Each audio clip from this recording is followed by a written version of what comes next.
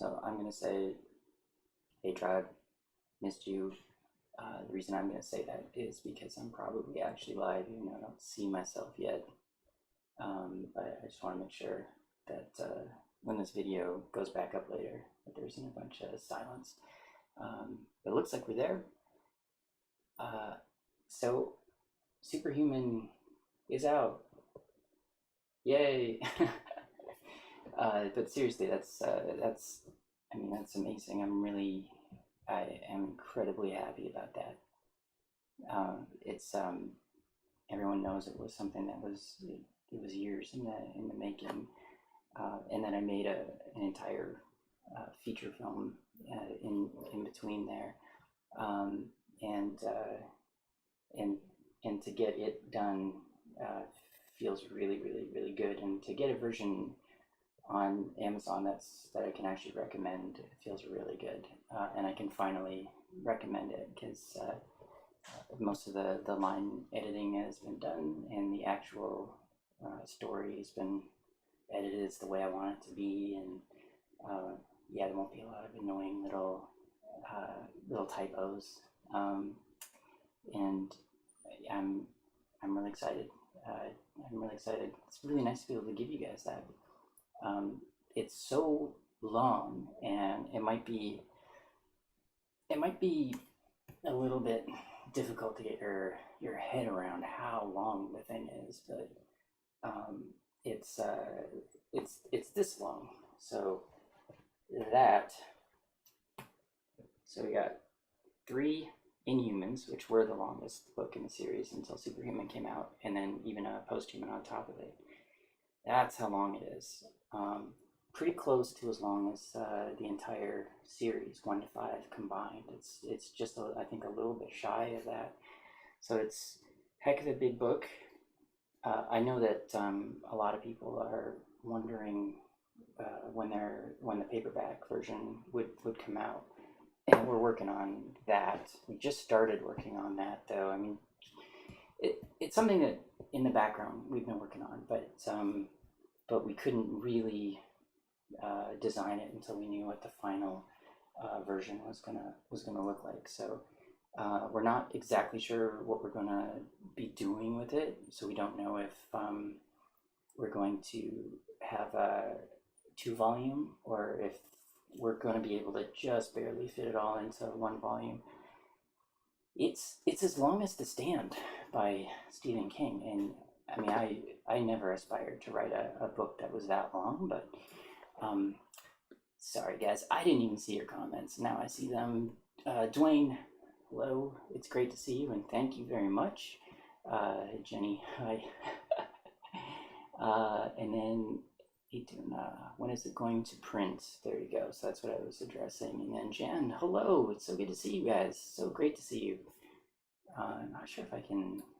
Wish I could send you guys hearts or something just to acknowledge that I saw what you said. Yeah, so there's if we were to use the same service, which is through Amazon, to actually print this, it would definitely have to be 2 volumes. But we're in the 5 or 6 years since the last book came out, things have changed, so we can actually use something different now, and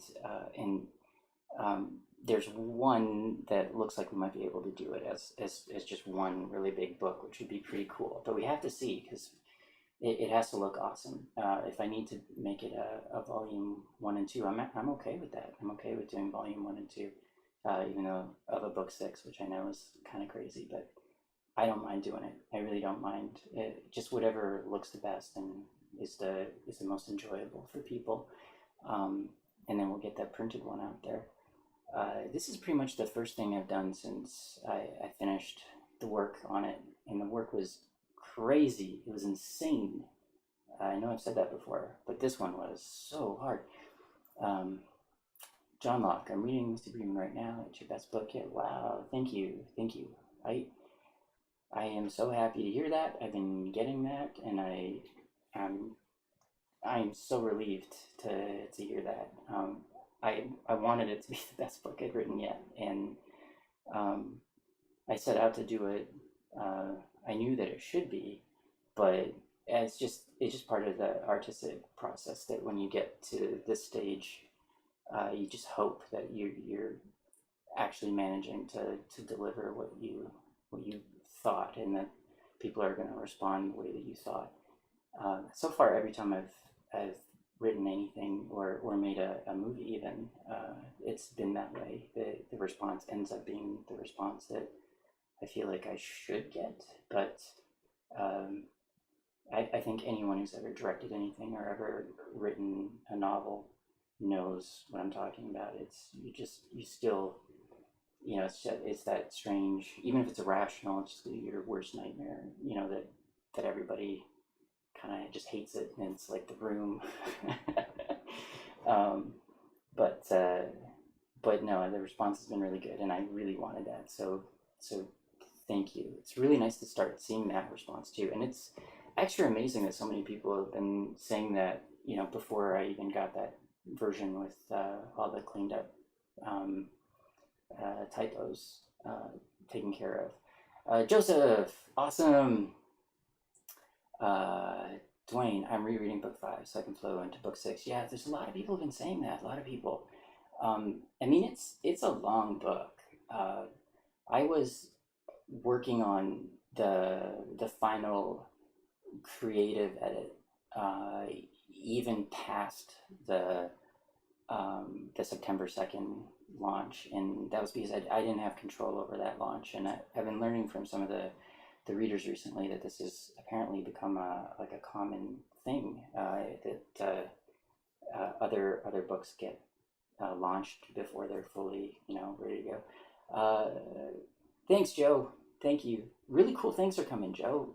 Movie wise too. I haven't said to everybody yet, so if you're interested in hearing about this as well, I'll talk a bit about the world premiere for Dangerous to Know as well. It's really exciting, and it's finally, I only found this out this morning, that October 1st looks like it'll be the date that we can finally start talking about it openly and publicly, what's going to happen. But that's really exciting. It's really, really exciting. So a lot of things are happening at the same time. So I'll talk more about that during this live video, though. So if anyone is interested in that, you can stick around and get more details. The only thing I won't be able to say is just, which particular festival it is. But I mean, anybody who does a Google search can probably figure it out. But I can't confirm or deny. I might deny, but I can't confirm. Yeah, the Superhuman is As Long as the Stand by Stephen King, which is just absolutely crazy. And so going through the book required just an insane amount of work there, especially at the end. And it was some people know, but I haven't really said this too much publicly. I think Jenny wrote something about it online, but it was 8 all-nighters in 11 days, so 11 nights, and that took a toll. That was really, really difficult to do. And I started looking up. I was trying to find examples of other people that have done anything like that, because the experiences are pretty crazy, like physiologically what you go through. And I must be one of the most experienced people with sleep deprivation and working through that now. So it was really, really difficult. It was actually great to get through that and learn that I could do it without getting really sick or just dropping dead or something like that while I was doing it. And then I ended up doing a few all-nighters afterwards as I was doing the line edits. I did one version of it with Jenny, and I learned a lot about how hard you can push, and so I had to go at a pace where Jenny would be okay, and we wouldn't do all-nighters, and that took days. I wanted it to be something I could get through in a day, but yeah, you I couldn't ask Jenny to do that, but I really wanted her to go through the book with me because I just wanted her to have read the book. So it was really exciting. The orange watch strap. Oh wow, it really does look orange. Yeah, it's kind of an orangey red in real life, but looking pretty orange. I agree. Um, so Eterna says, I hope you go with a single volume for Superhuman. 2 volumes would be okay, I guess. Yeah, if we can, we will.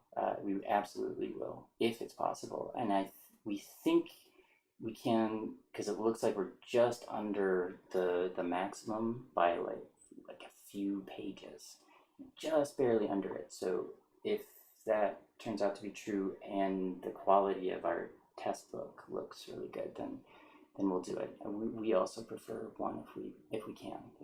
Different cover, because we do have the variant covers there. So and so Donna, good day. Hello, good to see you. It's good to see everybody. Actually, this feels really nice. So I'll be writing to the Kickstarter people after I do this, and then we're getting ready for that October 1st announcement. That'll be really exciting. Jeffrey, hey, it's good to see you. I'm wondering, just as, I mean, I know this isn't exactly a scientific poll, but are you guys more excited about hearing about the Dangerous to Know world premiere, or are you more excited about hearing about Superhuman? And obviously, I want it to be spoiler free. I mean, even a lot of people who are here are talking about reading book 5 and flowing into book 6.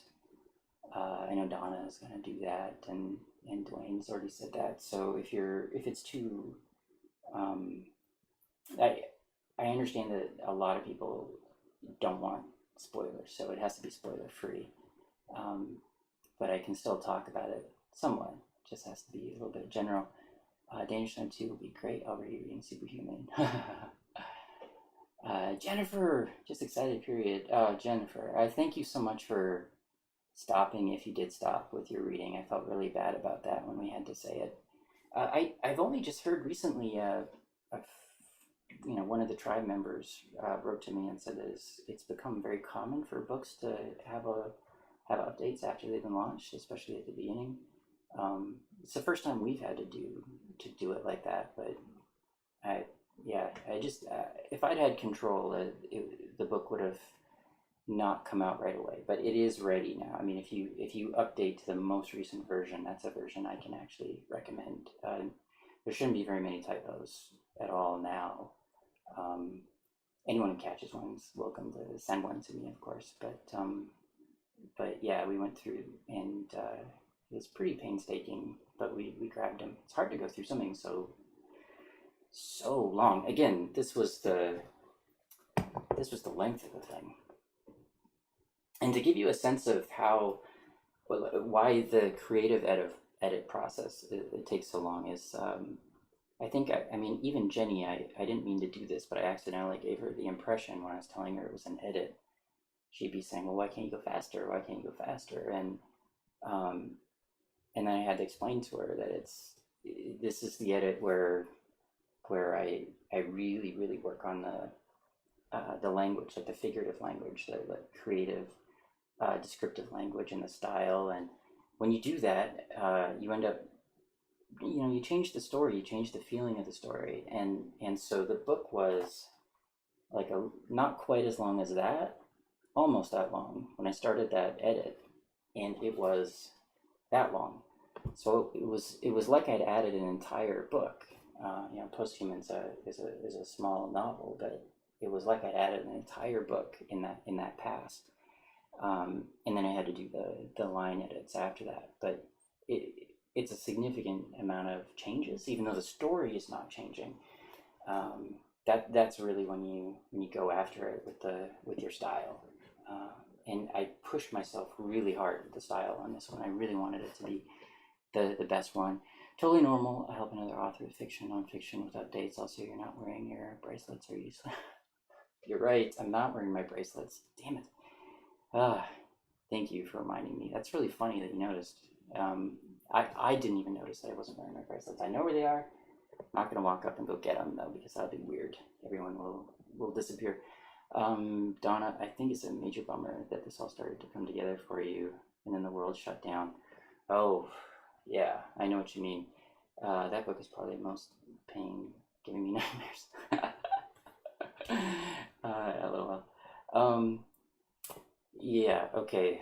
Which one do I address first? All right, so all these things coming together and then the world shuts down.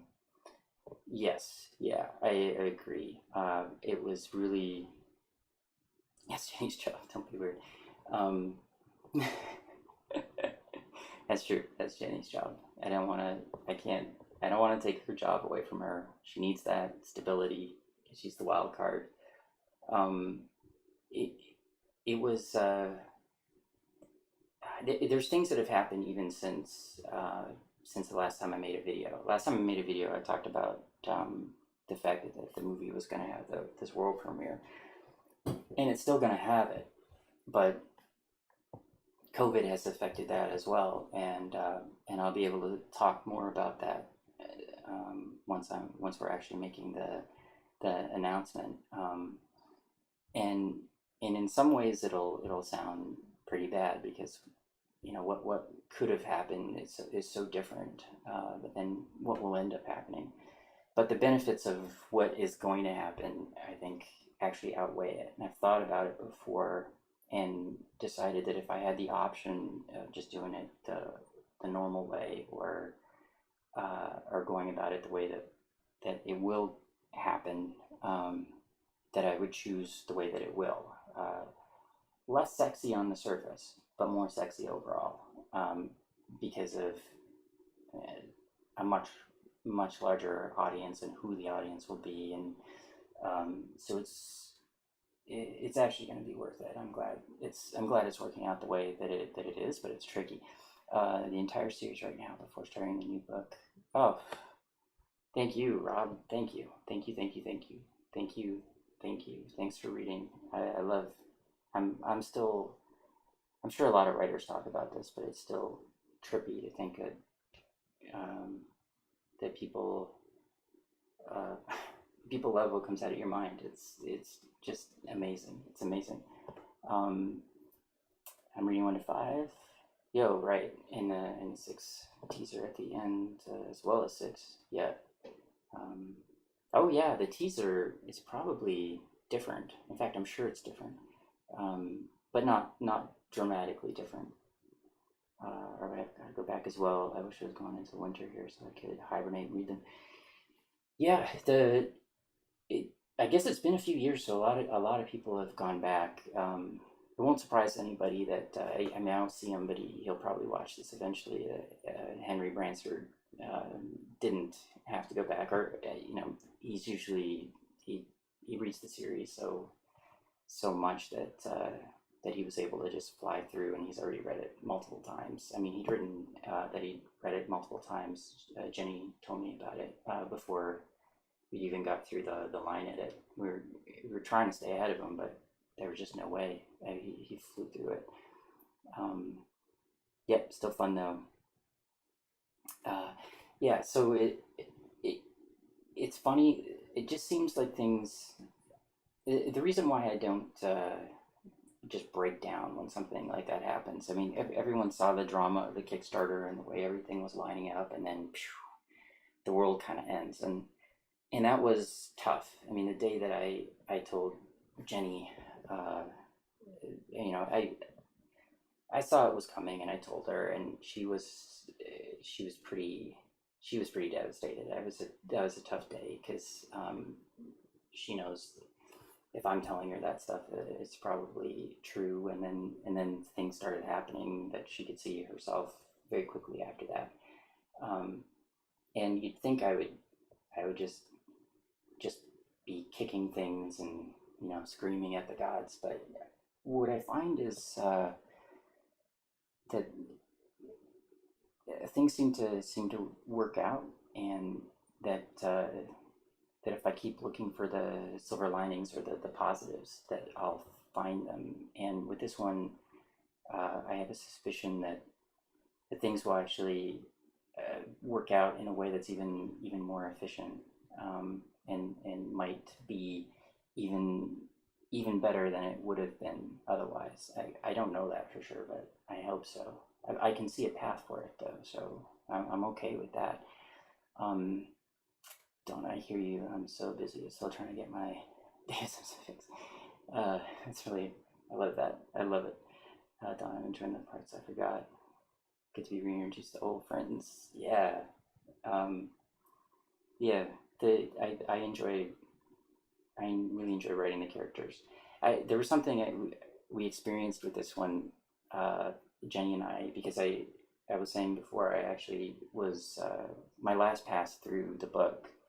I took Jenny with me, so I was actually reading it at first, and then I read until I lost my voice, which I've never done before. I've never spoken so much that I lost my voice. I've lost my voice because of a cold or an infection before, but I've never just spoken so much that I lost my voice, and I couldn't keep going. So what happened after that was we broke out the old Kindle because series intonations are so awful, but with the Kindle voice reader wasn't too bad, and so we used that voice to continue going, and so Jenny was with me, and I was reading, catching the typos as we went along, but I just wanted Jenny to experience it. I wanted to make sure that I just knew that if I didn't have her read it, that she would never end up reading it, because we're going to move on to Dangerous to Know the movie now, but also Dangerous to Know that novel, and also the audiobook, and so I really wanted her to go through it, and I told her, and she was laughing at me for this last summer, but I wrote a part in this one section, and it made me cry. That was the first time that something I'd written myself had made me cry. I've never done that before. I'm not a big crier or anything. But this one did. That was just emotional. It was kind of like heartbreaking. And when I went through it, when I was doing my the creative edits, it made me cry again. This time around, it didn't make me cry. I was ready, but Jenny, who I've never seen cry at anything, like she has never cried at any movie we've ever. I mean, even the beginning of Up didn't make her cry. I mean, she does not cry from movies, and she doesn't really read books, and so I'd sort of forgotten as we were going through it, and then she just looked at me and she was crying, and it was awesome. I loved it. It was really adorable. She put her head on my shoulder, and she was embarrassed that she was crying, but she was really sad, and it was really cool. It's like I got her. She got to have that experience, and she got to see why the rest of us, really enjoy reading novels. Because Jenny doesn't really read novels. She does other things. I mean, obviously she reads and stuff, but Up didn't make her cry. I did. Yeah, I did. Up, the beginning of Up. I can't watch the beginning of Up. I can't. I'll cry if I watch it right now. That gets me. She's a hard woman. If Up didn't make her cry, right? Right? I mean, hard. But this moment in Superhuman made her cry, and it was cool. Cry, great. Okay, mental note. Get tissues. Yeah. Just the way it's written. I think also, Jenny knows the plans for the series, so I think there may be some people that are reading it thinking, oh well, no, it won't be what it seems like, but it is. It is what it seems like, and it was tricky. No, Up didn't make her cry. It's funny, and people are amazed by that. What is she doing? Okay, way back here, Eterna said, "Are you still planning to continue Dawn Singularity?" Dawn of the Singularity was never canceled or anything, and the CEO very recently asked for another book. Just in a comment there on Facebook, so I don't know how serious he is or not about it, but the plan was to keep going, but the idea is that there's they make a video game to go along with the book, and I'm not sure where they are. I think they're still selling the original video game pretty well, so we'll have to see. But I'm making movies and writing books, other books here. So, and obviously I don't even have enough time to sleep. So I'm not sure. There may be something. I hope so. I cry when I laugh hard too. So many movies make me cry. Yeah, I guess I'll tear up when I'm laughing at something enough. But yeah, it's very rare. I mean, Up made me cry, and on occasion something else will too. Usually really like inspirational real life stories will do that. Those ones really impact me because I can identify with people that are trying to do something, and it seems like it's impossible, and you get to that ending and they manage to pull it off. It always gets me right there. Man, it's so good to see all of you guys. Yeah, so again, it's as long as The Stand by Stephen King. It's not the last book in the series. It's hard to talk about it without getting into specifics, but for anyone who did finish, you see why it's as long as it is, because it's like there are different there's parts of the book that really are a novel unto themselves, but I felt like those little mini novels, while they might have worked, had I not made Dangerous to Know and had to disappear almost for 4 years, maybe I could have made these little mini novels. The Betaverse is its own novel, and the Pain Samantha in Universe 332 is its own novel, and the things that happen in Universe 1 are their own novel, and so I think that could have worked, but that it worked better to have it all as something that intertwined, and you could see the impacts of what's happening literally in different times, but also in different universes, and how that changes your view of a particular version of a character. It's really rare. I mean, when are you ever going to see something like that in a book ever? It's an unusual one. It's original, that's for sure. Donna, I cry when I laugh hard too. So many movies make me cry. So Daniela is so much like me. I love her. Oh, cool. I'm amazed how many people have been. I'm happy about it, but I'm really glad that so many people feel like they identify with Daniela. I've had that comment a few times. It's really nice to see that.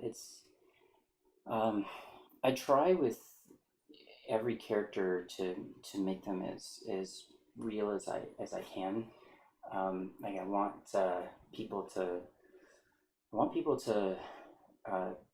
be able to suspend their disbelief and really identify with the character, and that the characters are changing, and they're learning something about themselves as they go, but at the same time they could be part of the learning process. When we learn about ourselves, it is a deconstruction. Like something happens and you don't even know yourself anymore, and it can be really an uncomfortable thing, but then you get to the other side of that and you end up learning more. And I've wanted that for really all the characters. So it's really cool when I hear that a character like Daniela, there's a whole bunch of them, but that somebody really identifies with that particular character. I love that so much.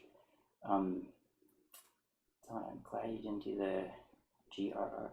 Oh, thing and split one time frame over 2 books with separate characters. I hated that. I have not read those, so I guess I'm glad I didn't do it too. Even though I'm not sure exactly what it is, but I'm glad I didn't do it. I'm really glad I didn't do it. Yeah, so I mean, this thing in your Kindle, but you'll notice it's taking you days and days and days to read it. It's weird though. Even though it's that long, Jenny was saying, it just feels like it goes really fast, and it's the same thing I did with Dangerous to Know with that movie. It's the Zeigarnik effect. Things are flowing very, very quickly. So, people are probably used to that from books like Inhuman and really all of the books in the series, where things are happening with different characters and things are overlapping, and it moves fast. The stakes are high. Amazingly, the stakes are higher in this one and keep getting higher as we go along, which is really cool. I'm so glad to hear people responding so well to it. It's beautiful to see. Can't wait for DDK and obviously watch the movie. Oh, that's wonderful. Take half your characters and follow them in one book, then take the other half and follow them in another book, same time frame. Oh, I see what you're talking about. Yeah, I mean, that's interesting. But you didn't like it, huh, Donna? That wasn't a thing for you? Didn't enjoy that? Twain, will Ray Chase be doing the audio? Don't know.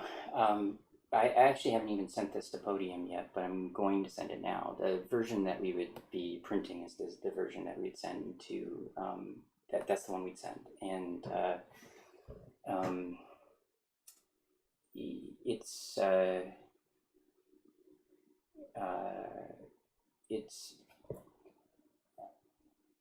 it's going to be interesting because I don't know if Ray Chase is still working with them, but I don't know that he isn't.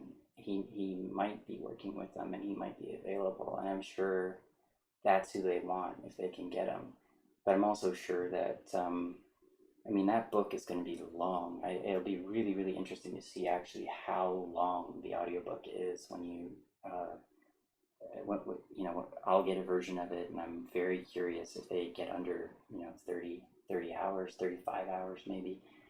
It's going to be a really long one. So and that's just the polished reading that they do. I'm not sure what the process is that they go through, but I imagine there's a lot of talk about how things are going to be done, and probably some retakes and things when they need to change something. Ray Chase is a human being. I'm sure he coughs sometimes or mispronounces a word, and they got to start over. I mean, that's gonna be a lot of work. So we'll see. But I doubt they'll take a really long time. And Podium's gotten a lot bigger since the last time they did one of the books. They're big. I mean, they've got so many books now. It's the premiere of the movie in the UK. If it is, might be able to watch it. So I can't confirm or deny, but October 1st we'll find out. And yeah, there will be people. There'll be a whole bunch of people from the tribe who can actually watch it. And I can tell you, it's not in Vancouver. It's not Canada. So I'm shut out. I'm hoping that they'll, maybe because I'm the director of one of the movies, that they'll give me a special bypass to get over the geofence. But we'll see what happens. I'm expecting it's gonna be a lot of people. I just checked. Ray Chase released an audiobook with Podium September 1st. Oh, okay, yeah, probably, unless something happened. That's good to hear. Thank you. The thing with Ray Chase, I mean, the only reason why I was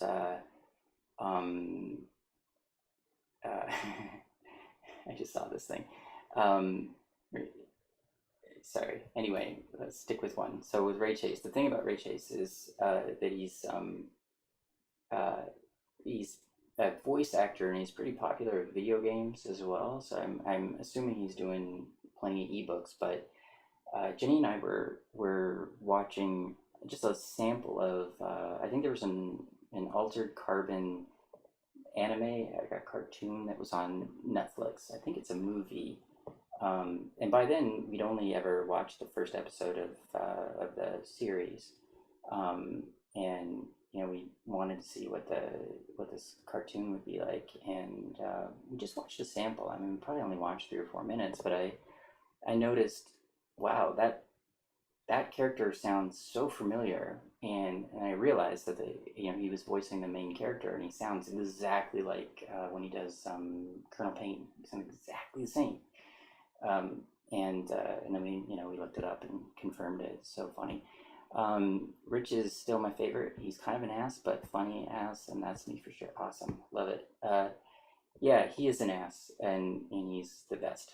I love him too. I mean, he's part of me, and it's fun to it's really fun to write him and get him to say some things that are kind of ridiculous.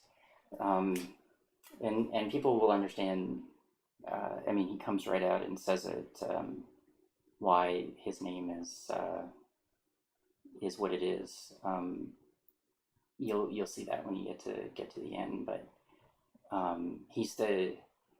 I don't have a character that actually breaks the fourth wall, but he's the closest, and I'm very aware of that. So the things that he's doing in this book are as close as he comes to breaking the fourth wall. How many of your characters do you put yourself into? Oh, I'd say it depends, consciously or subconsciously. Jenny and I have been talking about this a lot. Um, it feels like most of your characters are you. Jenny says the same. Jenny feels that really am all the characters, and I feel the same. But sometimes there's things about the characters that you don't realize are you, and someone else will point it out. And then as time goes on, you realize that you're as Jenny's saying, so true.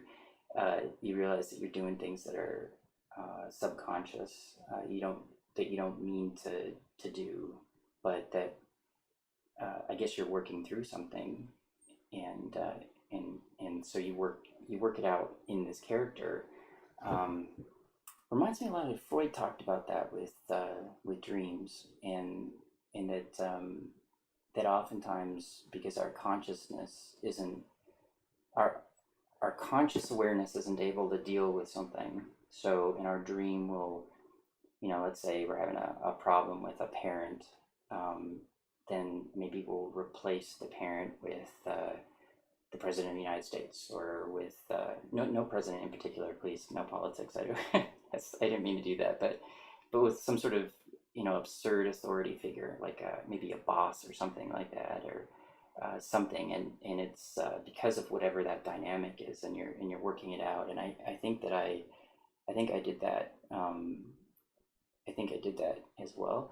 How many characters might be based on Jenny in some way? Well, it's funny that people have been saying Daniela is a lot like. A lot of people have been saying that, and I think I allowed Daniela to have a bit of. As he was reading the book to me, I noticed a character would say some of the things I say. Yeah, and I did that on purpose so that when you were reading it, you'd see it. Daniela, I think it was Colonel Payne. I was saying that she liked to say I told you so, and yeah, Jenny loves to say I told you so. She loves to say I told you so. It's her favorite thing. We've talked about that a lot, so I made sure Daniela was like that, and the same way that Daniela is very protective of either one of them. The one from Universe 1 and one from Universe 332 are very protective of who they're with. Jenny's like that as well. She's really protective, and kind of fearless in how she's protective too. She doesn't really care who she offends to protect, and I'm not quite that aggressive with that sort of thing, but maybe I would be if I felt I needed to be. But yeah, she's that's what she does. So that I don't know. I mean, I'm sure Daniela's got some of me as well, and I think Thel has, like, the female characters have some of me too. And I got to write Samantha in the first person, and when I was working on her, I was really thinking about how she had been haywire in Human Plus, and haywire was some comedic relief, and I wanted to make sure that some of that personality was coming through. So even though she's devastated, and even though it's her, and she can't hide behind this avatar when she's telling the story and of what happened in Universe 332, I wanted to make sure that was still coming through. But at the same time, I didn't want it to be the same voice as Colonel Payne. With that one, I was very much pushing myself as hard as I possibly could with the style. So that one was Chandler. Raymond Chandler's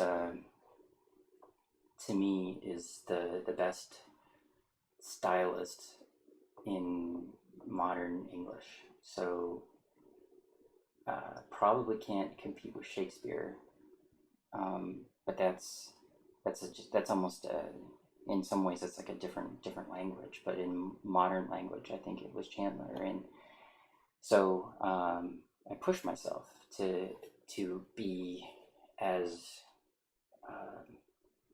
to try to reach that level in those parts of the book if I could. And I've had some private messages where people picked up on that, and I love that.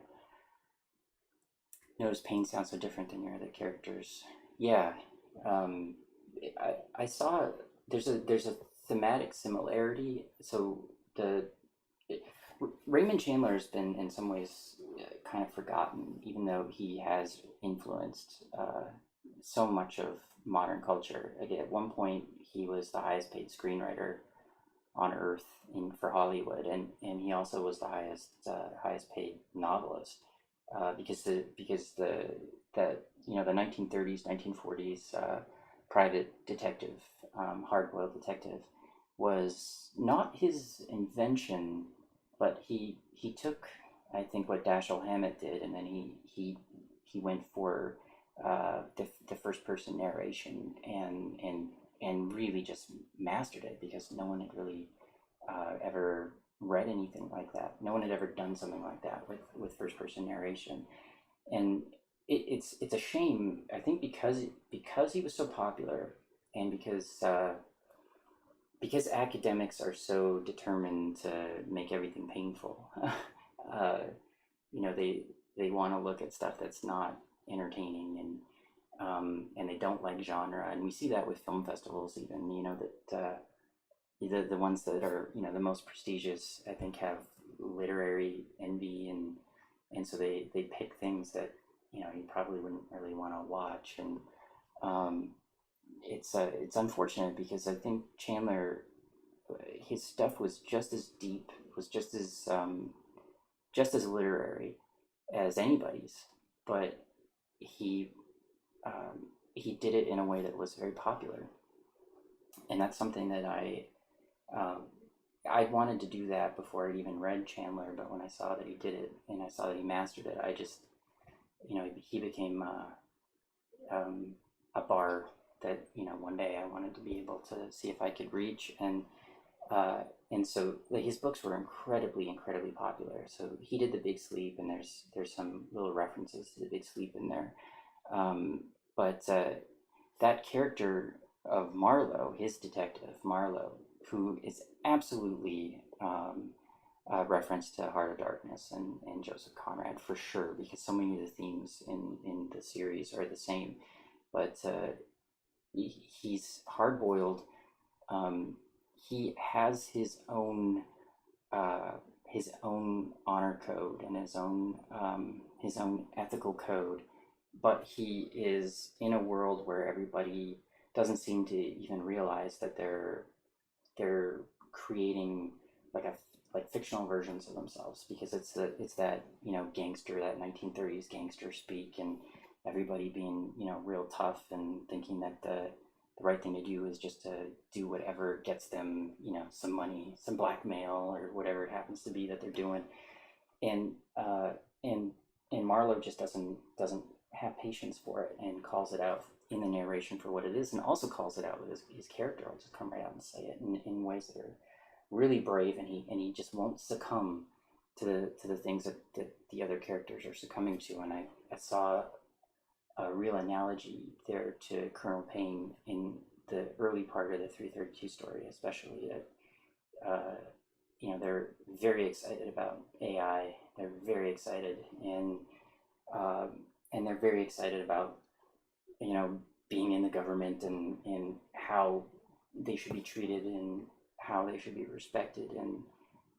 And Colonel Payne has his own way of looking at it, and I saw that analogy as an opportunity to create an echo, I think, of Chandler, and I was really glad I was able to do it. I loved doing it. It was really fun.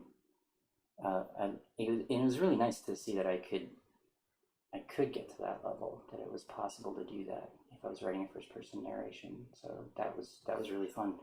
So the book has some first person narration from two different characters that needed to sound different from each other, and then you want them to sound different than the omniscient narrator that's narrating the regular action, like the third person action.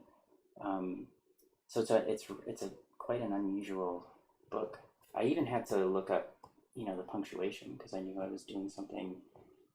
I was trying to see if anyone else had done anything like that I could so I could maybe there are rules for it, and I couldn't find anything, so I ended up just having to figure out my own, and it seems like it's worked. It seems like people understand what's happening, and who's speaking, and what time frame that we're in, and everything, for the most part.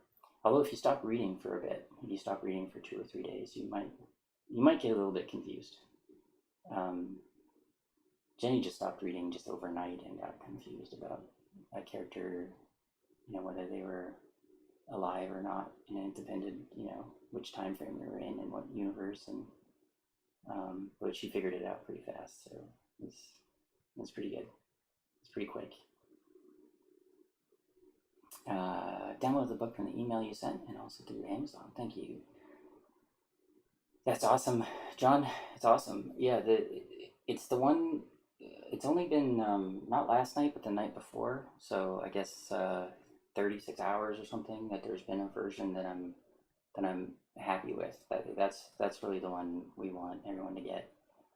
The original one. So the story behind why a Strange One went out was that there was just a miscommunication, and I think a lot of people have probably heard about this. I think it happens with Apple as well, but with Amazon, sometimes it just depends who you end up talking to, and you'll get different answers, and whether or not they've had their coffee, they'll help you or not.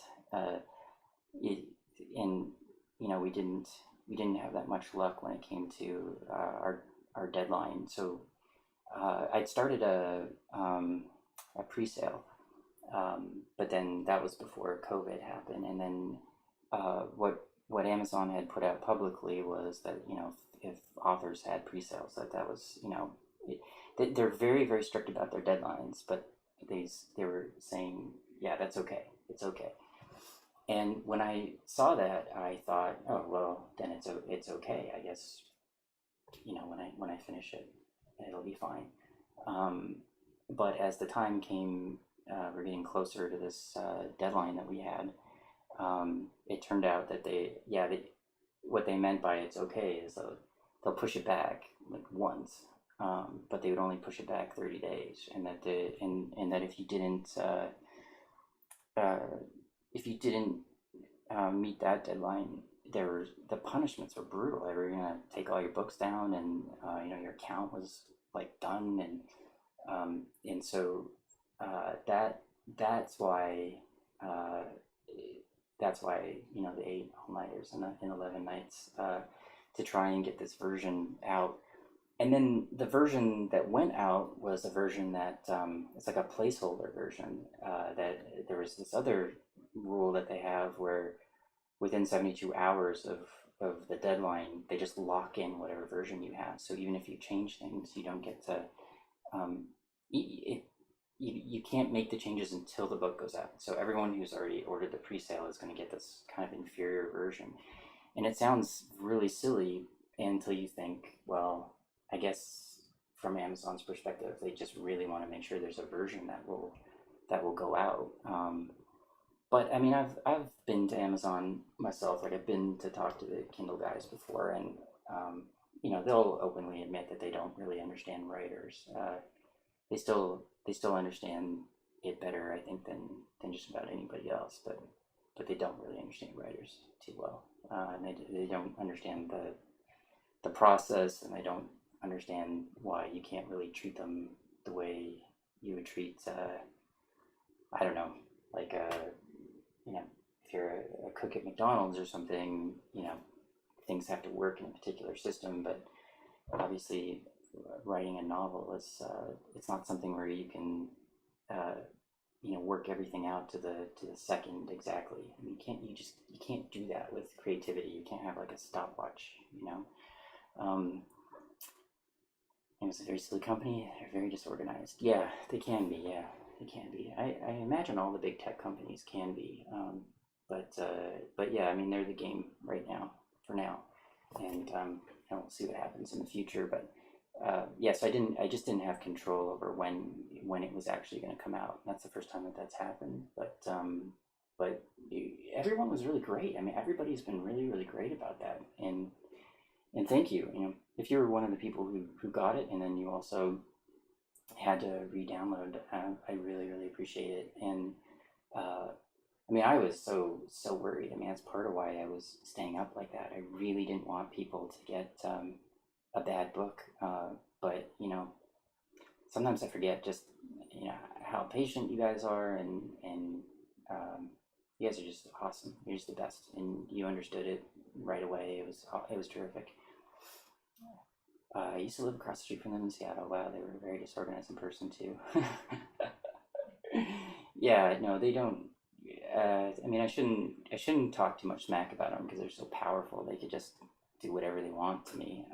But when you're there, you can point out something simple to them that's happening right on the store that's affecting you, and they'll be shocked. They had no idea, and they sort of pull open their power book, and then they can go in and change things. But if you've got all of these different people that are going in with their power book and changing things, there's going to be unforeseen consequences and glitches and things like that, and they're trying different things and making different tweaks to their algorithms all the time. So it's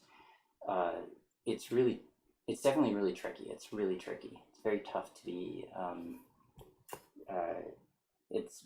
it's really tough to know where things are going, and most indie authors are done now. They've gone back to whatever they were doing before the ebook revolutions. It's not a good time for ebooks, and Amazon desperately needs some competition. Desperately needs some competition, and there just isn't any right now, unfortunately.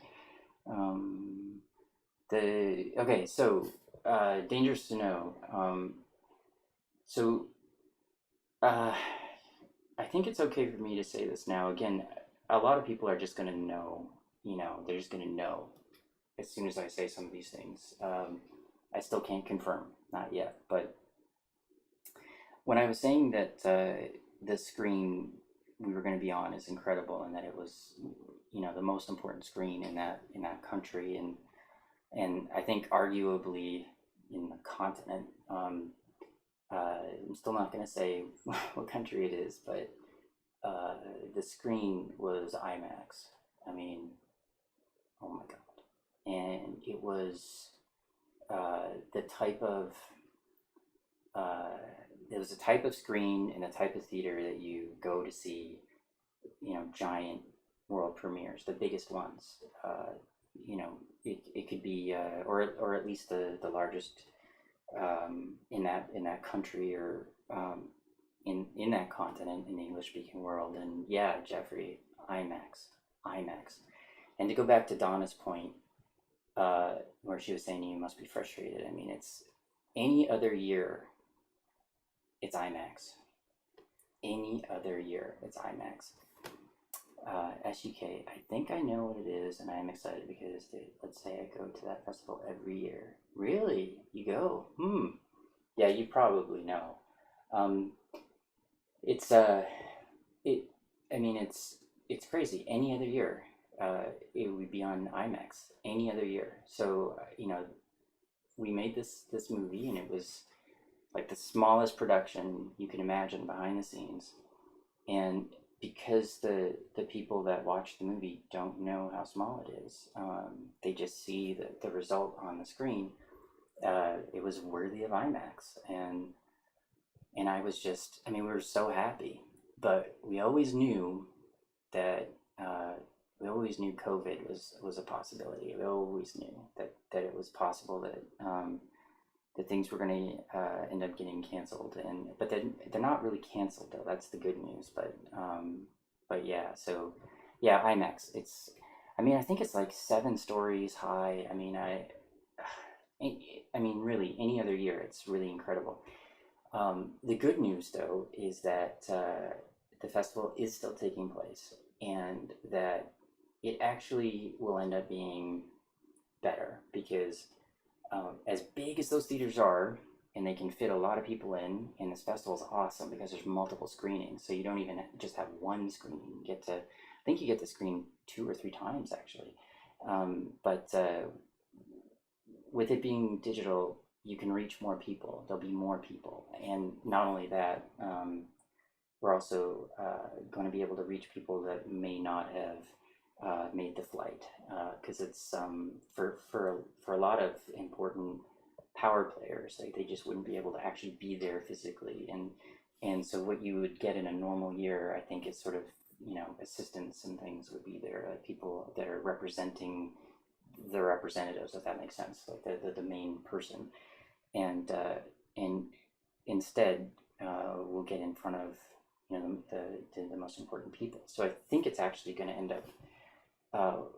I think it'll actually end up working in our favor in the end, and that's what I meant about if I had a choice between the IMAX or the version that they're doing, reluctantly I would go with the version that they're doing, and so I wish I had both though. This way safer for everything. We need you alive at the end of the series. Okay, that's a huge point as well, that it's safer. Yes. Of course, we were very hopeful that things would be so safe by the time the festival was taking place that you wouldn't really have to worry, but it would be something where I would be worried. Even if they're doing it with half the theater filled and people wearing masks, it's still something where you really don't, you worry. So yeah, I understand. You need a post-human movie franchise. Yep, that's for sure. I agree. So we'll get all those things still.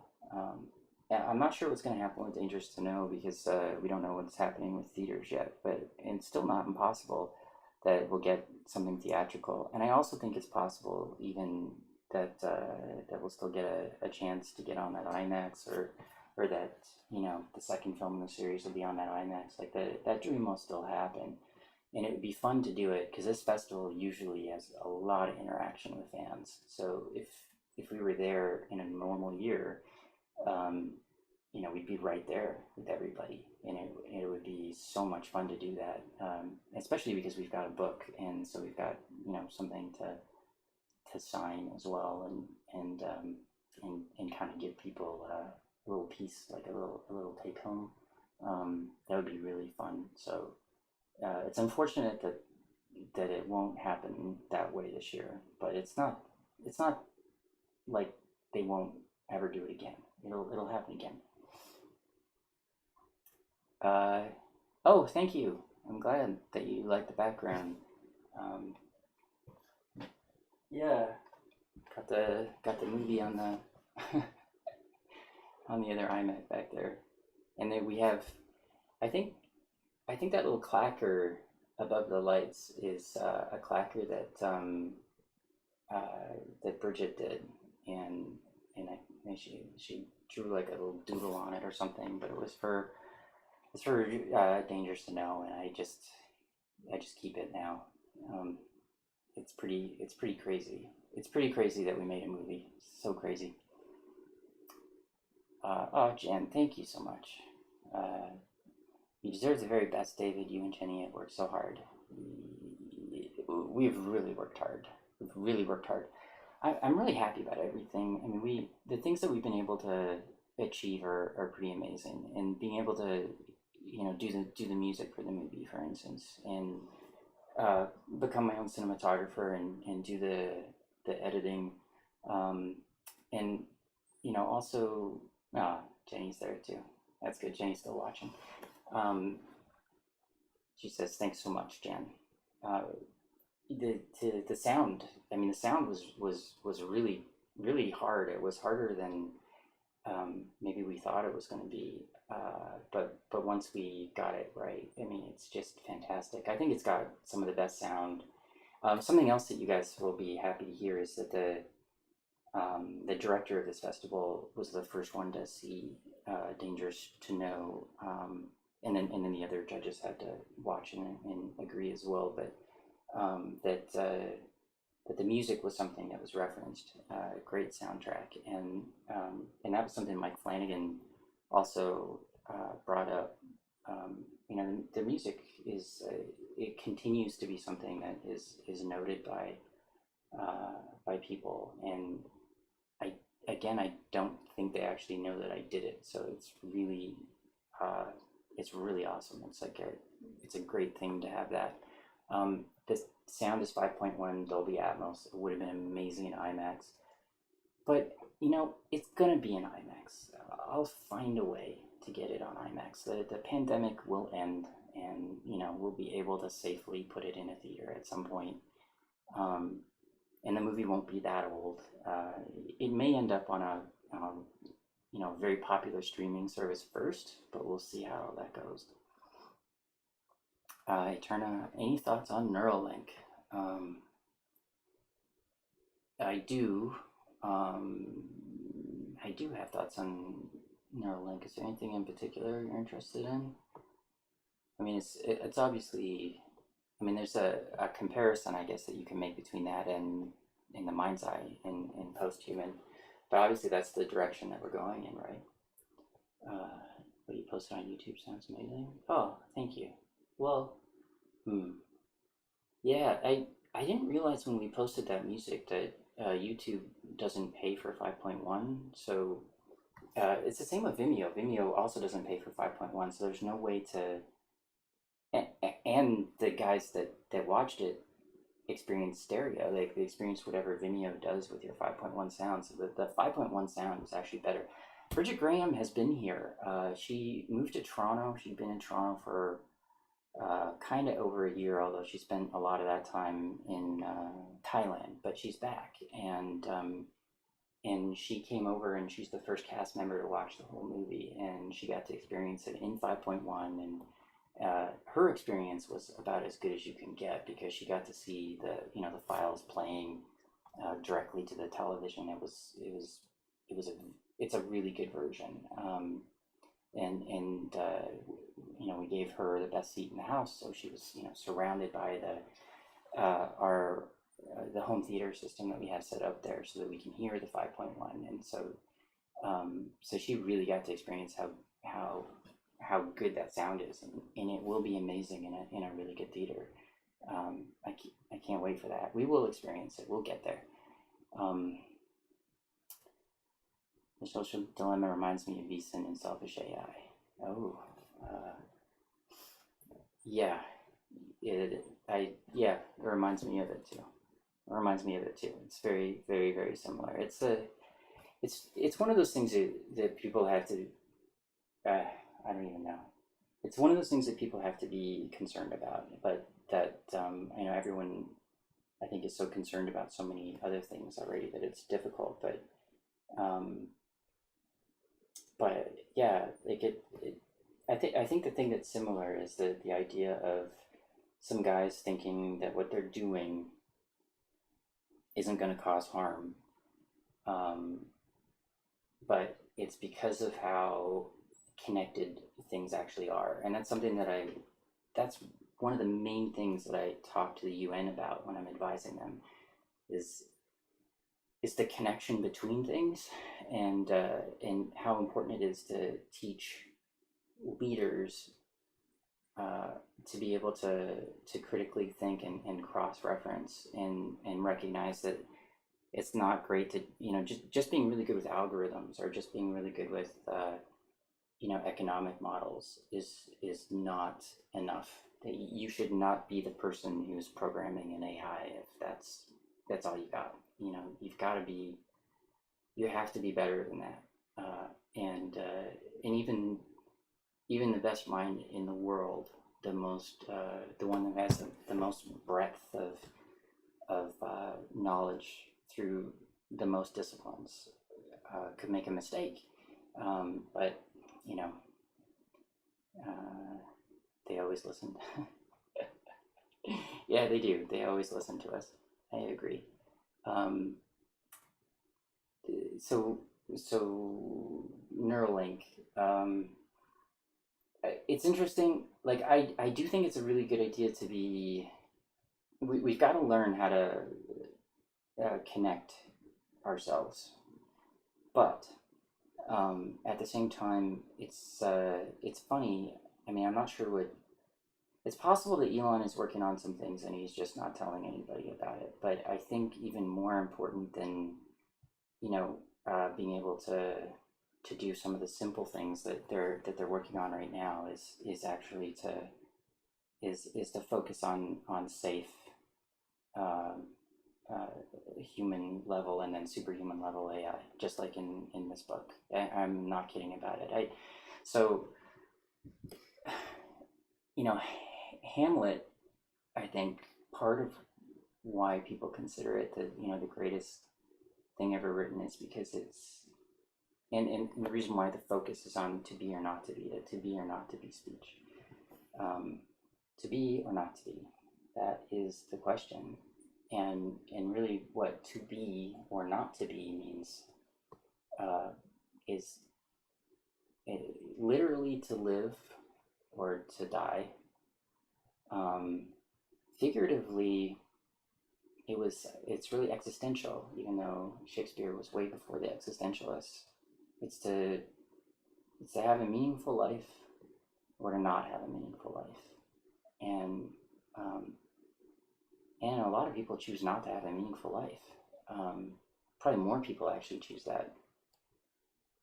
But if Sartre was saying it would be to be a being in itself or to be a being for itself. And a being for itself is a being that takes action and tries to change things and tries to have a life that's more than just being a cog or something like that. Um, and I think that with Superhuman, there's something equally important. That for Shakespeare, maybe that was the most important thing about being human.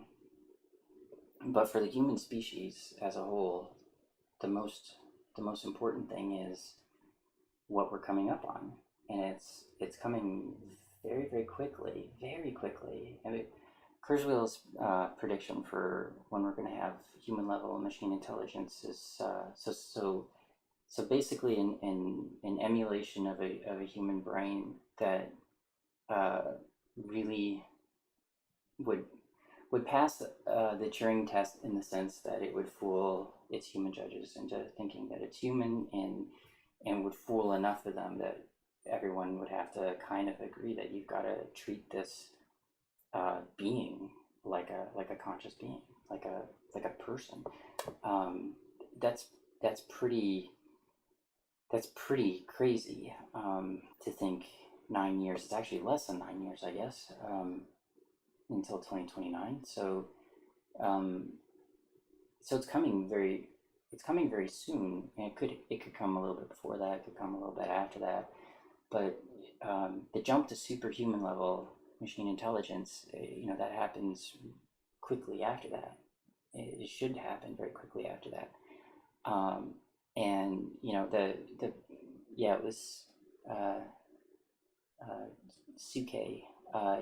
The you're the social dilemma concept there is what you're saying, that's where it it could go in a way that we don't want it to go if we're not really careful and we don't take a lot of different things into consideration. And so that's what this book is really about, because as usual with Posthuman and with the series, there's no it's not a polemic. I don't like polemics, and I'm not saying that stop working on AI, or that AI is everything and people who are worried about it are stupid, because I don't believe either of those things. My view is that it could happen safely and that it's going to happen, so it better happen safely, but also that there are concerns too, and and to me that's the most important thing. There's nothing more important for our species to be thinking about. Not that many people are thinking about it. People who read the series are the Posthuman tribe. I know that you guys are aware of that. But yeah, I don't know.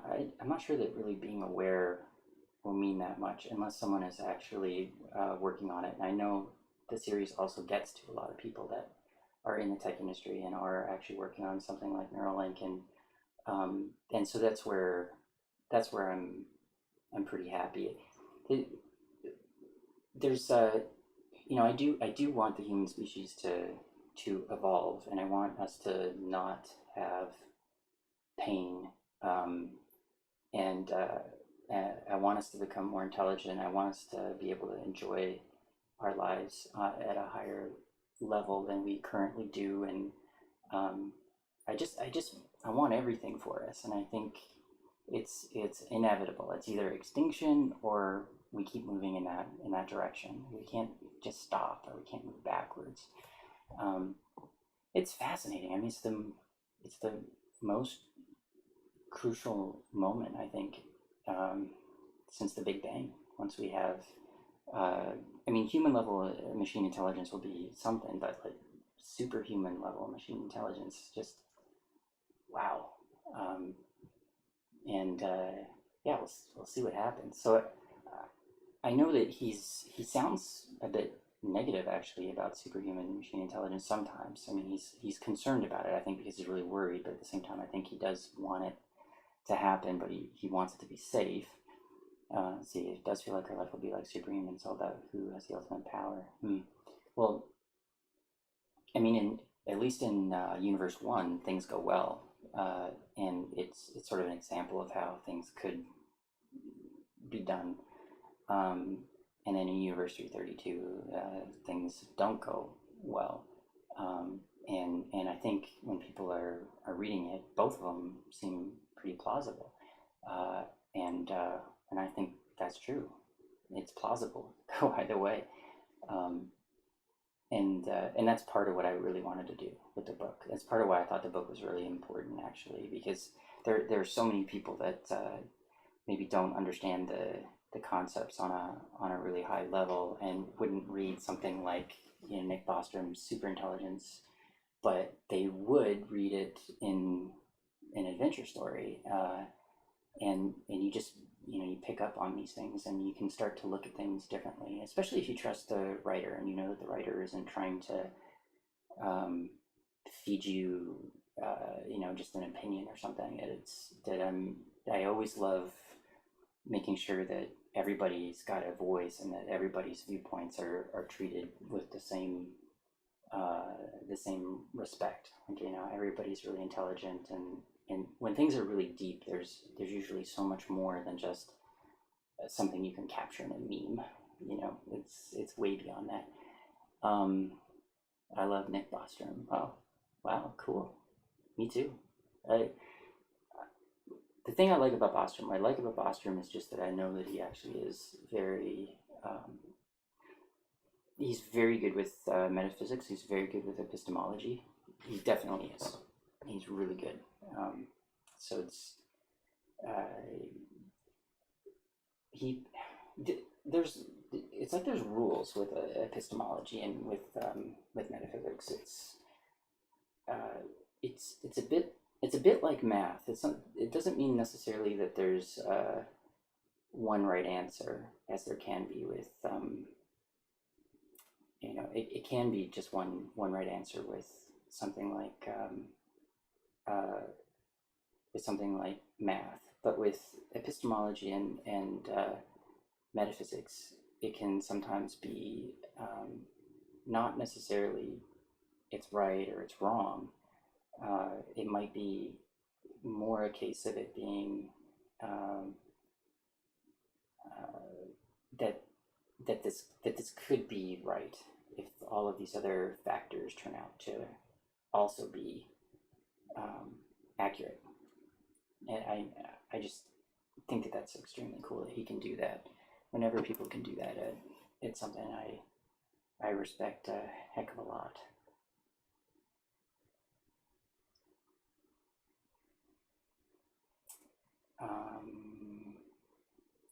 Have we lost video? Have we lost the whole thing?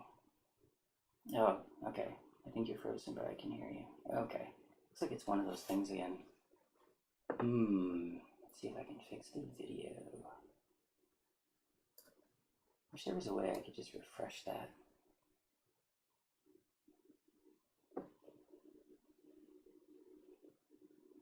Sorry about the technical difficulties there, guys. If I disappear here, I'll pop back on to say bye. I'm trying to see though, there might be a way I can kind of reboot it without losing it. We'll see.